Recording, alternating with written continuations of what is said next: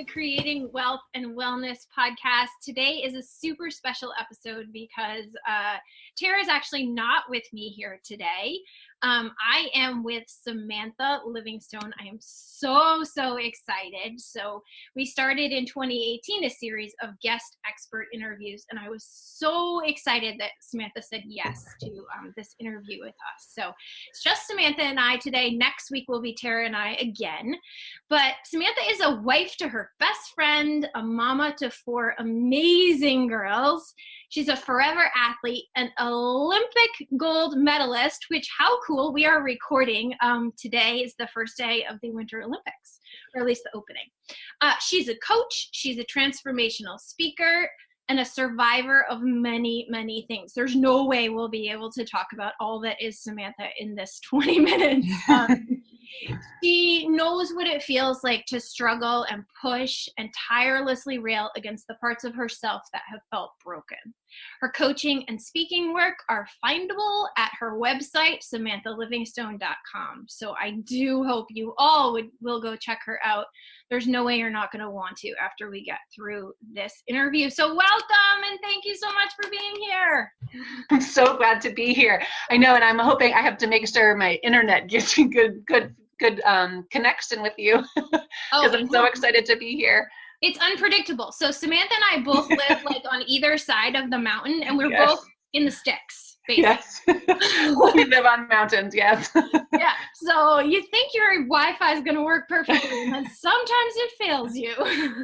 Oh man, that's it. That's exactly it. That's such a good segue into all it is, right? Because that's what life is all about. Really is. It really is. So there are so many things I want to ask you about what you've been through in your life and what got you here. But I really just want to pull out, one of the things that I thought was really interesting in interviewing you was the athletic perspective. So many of us are moms of kids who are entering sports. Many of us were previous athletes. So I just love the way you have taken all of those, all the lessons you learned and what you pushed through to do what you did, to accomplish what you did, and how you've brought that into entrepreneurship, because I think, and how you bring that into parenting, because this show is a lot about parenting. So I'm going to throw some questions at you, and we're going to see where they lead.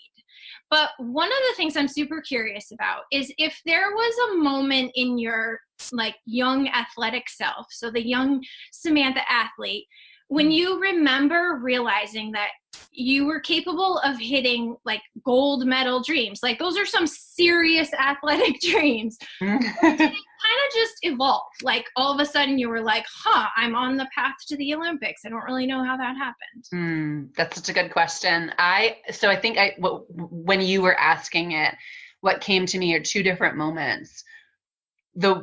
When I was 8 years old moment, I mean, that I really vividly remember being 8 years old and not making the swim team.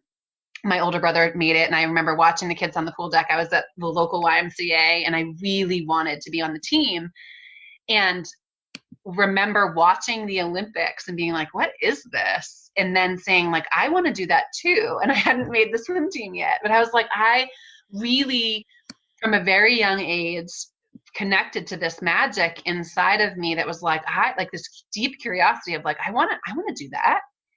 And so that desire was born when I was young, 8 years old, 7, 8 years old. The belief came later.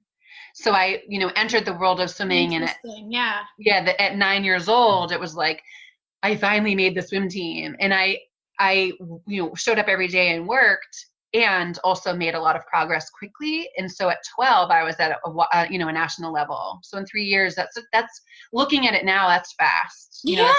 Fast, right. Thinking about it from a parent perspective, right? My kid plays sports, imagining that in 3 years I could realize they were on that trajectory is right. That's fast. That's really fast. It is. And it's something that I really hold on to and watch what I say and how I support my girls is when I told my parents that dream, I literally hadn't made the swim team yet. I didn't have all 4 strokes, and they held space for me and said, you can do it. You can do it. We believe in you. Yeah. And I hear, you know what I hear is when I'm talking and I go out and I'm in, you know, answering questions from parents and talking with kids, is this protective shield of, well, my kid will never be an Olympian. Like my parents could have said that so easily, because what was right in front of them was this girl who was trying to make a team and couldn't. Wow. And they chose to believe. Ooh, I have chills. Yeah. Like all the way up my head. So that idea that if I just say, well, they're never going to be, then I won't feel I won't feel disappointed if they don't. It's like, open up that space and just give them permission to dream the wild dreams. But I'll tell you what they did do. When I was like, I don't want to go to practice because I'd rather play with my friends, they were like, you committed to the season, you show up, you're going to practice. Yeah. So they held my feet to the fire when it came to, following through. And at the end of the season, they said, if you don't want to swim anymore, you don't have to. But if you make a commitment, you commit. So it was just really big lessons for me. How cool that, like you said, even as a young girl, you felt that magic inside, right? Well, I mean, a lot of people feel that, but what happens next? And so your parents fed that, right? Like they fed that by holding space for that magic to grow and for you to believe in yourself. And like, because a lot of us feel that. We're like, oh, there's something inside. And then we just crush it. There's something more. There's something more. It's that inner knowing, or those, it's that feeling, that curiosity, or that'd be cool. Or even sometimes I feel like it presents as jealousy, where you see something in others and you're like, oh, I want that. Yeah. And I believe that's just a reflection back of what's inside of you. When I think that they held space for me. And then, then like the day-to-day grind was you show up and you do the work. It wasn't like, what did you go today at practice? They did none of that. Right. They didn't say, well, okay, Jenny Thompson, she swims freestyle. She's your childhood idol. You want to be like her. What did she go when she was 12? Right. They did none of that. It was like, you just show up and you do you. They let you shine the way you needed to and were meant to. Yeah, I'm so grateful. And part of that was they didn't know swimming, I know, it's perfect, right? It wasn't like they were living out their childhood dream. Right. And my dad he's a Hall of Fame football player. He was a beast, and he walked away from a scholarship to come home to raise my older brother. Wow. So it could have easily turned into that, and it didn't. Wow. And I'm very, very grateful for that. Yeah. Wow. Yeah. I love that. And I hope that maybe there's some kids who are listening with their parents and they're going, you know what, I can do it. I have that little spark and I haven't said anything about it. Or I'm not, I think one thing that we do is we see others, and it's like, well, even in business, in everything, all areas. And it's like, well, they're doing it. But at one point they weren't. I was teaming. I love that quote. At one point they weren't. They weren't. And I was in Sydney. Michael Phelps was a teammate. He was 15 and no one, we knew of him in the swimming community, but the larger world did not. Right. And who doesn't know Michael Phelps now? Yeah. I mean, if you're any adult, you probably know. Oh, so interesting. So I'm curious because I, as an entrepreneur, always like to make these connections, because really, like, it's happened. Well, it's probably other times in your life too, but I'm going to just use these two examples. Like, it's happened to you in more than one way in which you felt some magic inside and you made it happen and you created a dream out of that little just belief.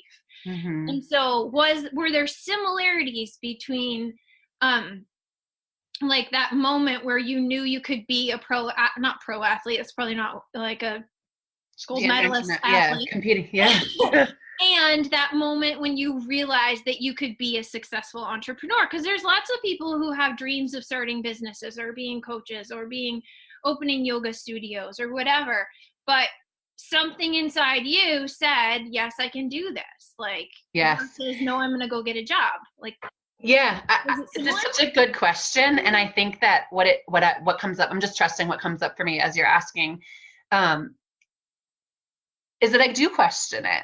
Like, the belief, there's no arriving to a place, no matter what level you get to, there's no arriving to a place where you don't have self-doubt and fear. It doesn't exist. Yeah. I think what's allowed me the same skill set that took me to the top of the podium, internationally and in the college arena. I was, national champion with my Georgia Bulldogs. And that's how I finished my career. And now, now as an entrepreneur, it's not running away from the challenge. It's feeling the fear and saying, okay, I'm going to choose love here. I'm going to choose to focus on these pieces of me. And it's this phrase that my mentor taught me in college of control the controllables. You can't control curveballs that come your way most of the time, right? You can't. If you get yourself in a situation, you have to deal with what you have to deal with, or if things happen to you, but we can always control how we respond. And so if you want something, you know that there's going to be curveballs. There's going to be fear. There's going to be self-doubt. It's how you handle it. Yeah. So it's paralleled in so many ways. Yes. Yeah. Woo! It's really amazing. It's amazing. And here's a question. Do you think that your experience as an athlete and your success as an athlete, are there times when that makes going after your entrepreneurship dreams easier? And are there times when it makes it harder? So I'm still, what's so interesting for me is that compassion's been a game changer in my life. It's allowed me to shed perfectionist armor and really unbox my Olympic gear and really just embrace the parts of me that I was hiding for so long. And that holding space, this is such an interesting place. I am able to hold space with compassion for myself and others, and also like this competitiveness. I feel like I need a different word for it. Like it's this inner drive. So absolutely what you're saying, because I can so easily slide into the space of overdrive because I get wound up, passionate, and on a mission, and I love challenges. Right. So you combine all that, and I have to check myself with boundaries and say, okay, because I love the work I do so much that I could stay up all night and do it. And then what, right? Then what happens? Right. So yeah,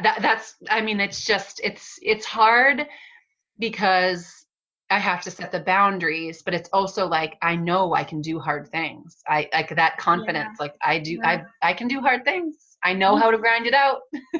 You sure can. And that kind of has to do with my next question, which is, so I'm a visual person, and I know we're just on an audio podcast, but like if you were looking at a pie chart or any kind of graph, whatever comes to your mind, and you were to lay out like what percent of your success was grit and grind, which you just were talking about, and what percent was surrender and just like, yeah. So when this is such a powerful, I think we need this, like everyone needs to hear this question, moms, entrepreneurs, dads, everyone, because we're in a culture that actually, we like, it's like a status symbol to just drive yourself to burnout. Right. And so in sport, if I'm really looking at it, and I have done this, like reflect back, you are very purposeful with rest.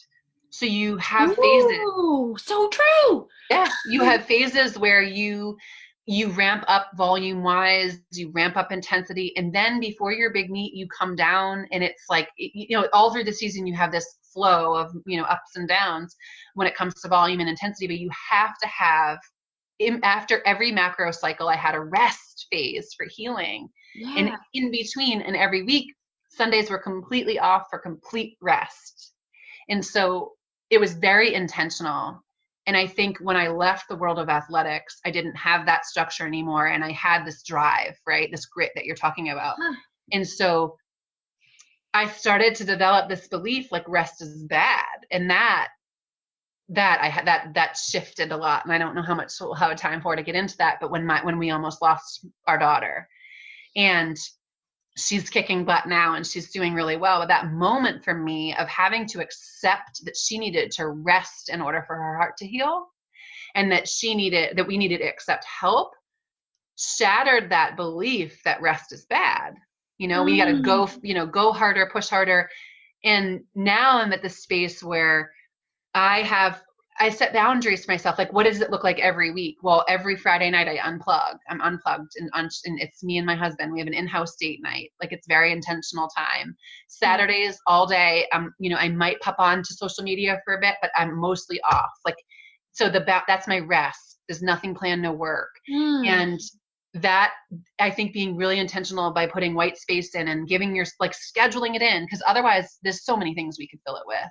Yeah. So I have to take extra steps because of my tendencies to put those boundaries in place. And then, like, I just finished the TEDx. There are times where you have to go through these push phases, and you do need to have grit be almost 90% or 95%.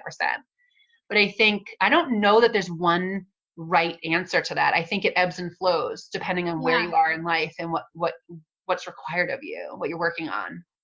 I think you need to be intentional with rest. Otherwise, it's just a recipe for me for resentment.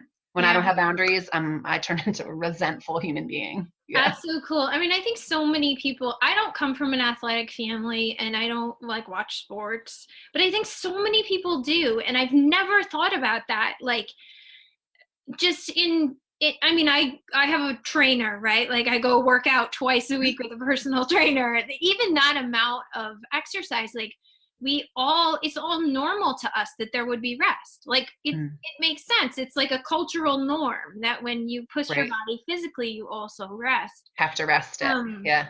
But we don't have that for our work drive or our, sometimes even like spirituality, right? Like, sometimes we even get way caught up in the personal development game, and you just have to rest. Yes. Right?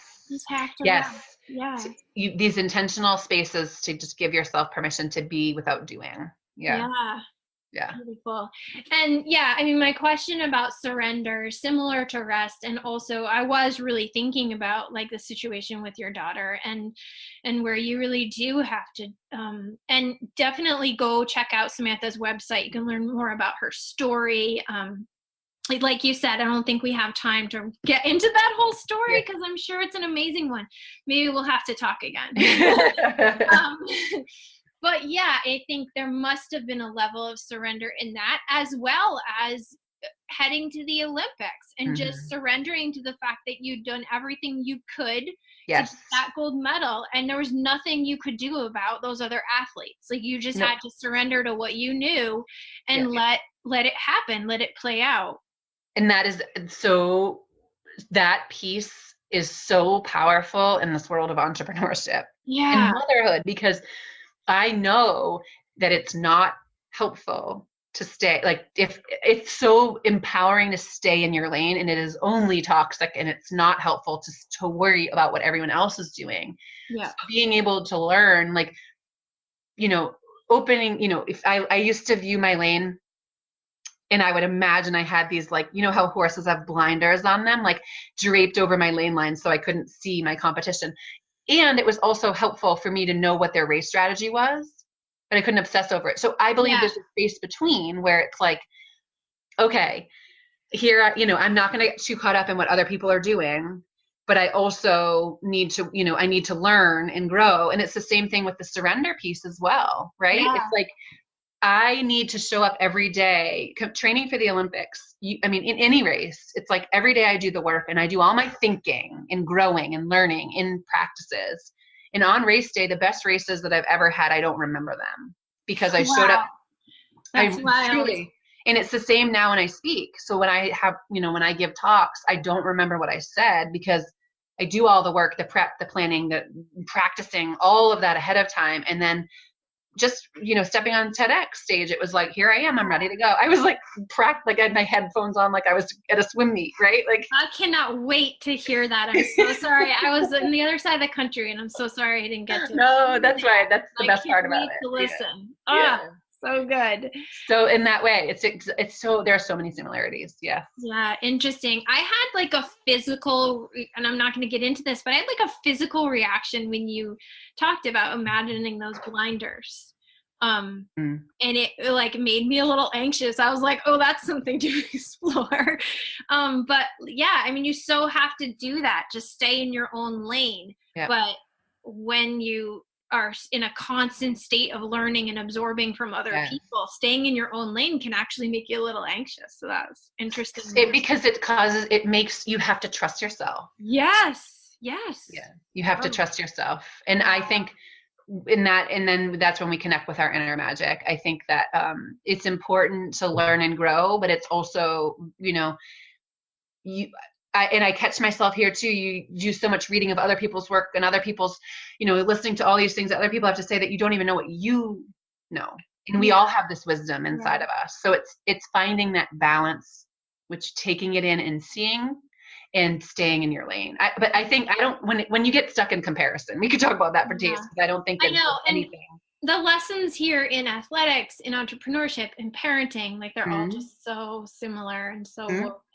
We are, man, there's so much to talk about, but I have a couple of questions I'm super curious about. The one I really want to know is, in your, like in the heat, in the peak, in the thick of your athletic days, so you were, a lot younger, you weren't a mom, you were just in it. Did you ever think about what was gonna be on the other side of that? Like, did you ever think like, I'm only going to be this competitive an athlete for a certain amount of time. This isn't my lifelong. Did you ever think about what was on the other side of that, or not really? So interesting. Training for the Olympics? No. So when I came off that podium, I did not know who I was in the world. I was 18 and achieved a childhood dream. And it was like this space of, oh my gosh, what's next? Now what? And then I worked with a mentor who helped me separate, he helped me to tease apart, like, I'm not my successes. I am not my failures. I am not my struggles. I am me. Yeah. So what do I want to do? And that's when I fell in love with teaching, because he sent me out to be a mentor as part of my healing. I fell in love with the kids, and then I knew I wanted to go into teaching. So I knew before I finished my career, I was in school to be a teacher, was doing my student teaching, and I had fallen in absolute love with it. I mean, I love helping people. I love being witness to their, like, whoa, I get it now. Right. Those moments. Yeah, clearly you do. I can just feel that from you in so many ways. So I think that's a hard space, though, for athletes to prepare. There's not a lot of bandwidth for what comes next, which is why you want to keep your eye on the prize, and if you start thinking outside of that, you're not in the focus. But I think we can really serve them. This is part of the work I do, is like we can help athletes while they're actually in it, to separate and know that they are worthy of love and belonging no matter what happens. And if you give them that solid foundation, then the transition post-sport, because there are a lot of athletes who struggle post-sport. They go bankrupt. Right. I mean, coming out of professional sports, they don't know who to be in the world. So if we can help them, not only will it help them achieve more, in their sport, set them free from all the fear, but then they can transition out to the world and find a new passion. Yeah. And I'm just thinking, as a mother whose kids are not like crazy athletic, but really just entering the sports world in a way that they're becoming super passionate, remembering to talk about the lessons that they're learning in sports, not just the win or the loss or the new play or the, whatever it is, the new trick. But to have those conversations about the lessons that they're learning in group sports, as a driven athlete, about themselves, just as a parent, to remember that's important. Let's talk about all of sports, not just the surface level, which is the win or the loss or the medal. It's a metaphor for life. I believe that. Like, sports taught me so much about everything. I mean, it's oh, I could talk to you for days about that too. I know. This is so fun. So I want to give you just a minute or two, because you are doing such amazing work as an entrepreneur. And I want you to have a space to share, how can people work with you? How can people receive your gifts? Where can they find you? What do you have going on right now that's accessible? Oh my goodness. So I do have a free gift on my website that I like poured so much love into. It's my roadmap to deeper joy. And that's how I let go of perfection. So that's there as a gift. And on there, just can set up a call and connect. I feel there's so much I believe in the power of connection. Yeah. and tapping into that inner magic. But I have a high performance academy and a Brave Leaders Academy. So serving athletes and corporations, as well as the Brave Leaders Academy's students. That's my teaching, right? It's the background, teaching background.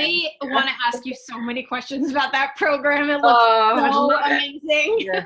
And I work with people one-to-one. I take on clients on a, private basis as well. It's just, there's so many, my favorite thing, and it overlaps with both. I do high performance deep dives and then the Brave Leaders Academy deep dives. And it's really having small group, like a small group get together, and kids, adults, we get underneath the surface and talk about and have conversation. And the things behind me, I have poster boards filled with the sticky notes of just what they're feeling and what they're thinking. And it's so transformative and powerful. It's such an honor to be part of that. So I love what I do. Thank you.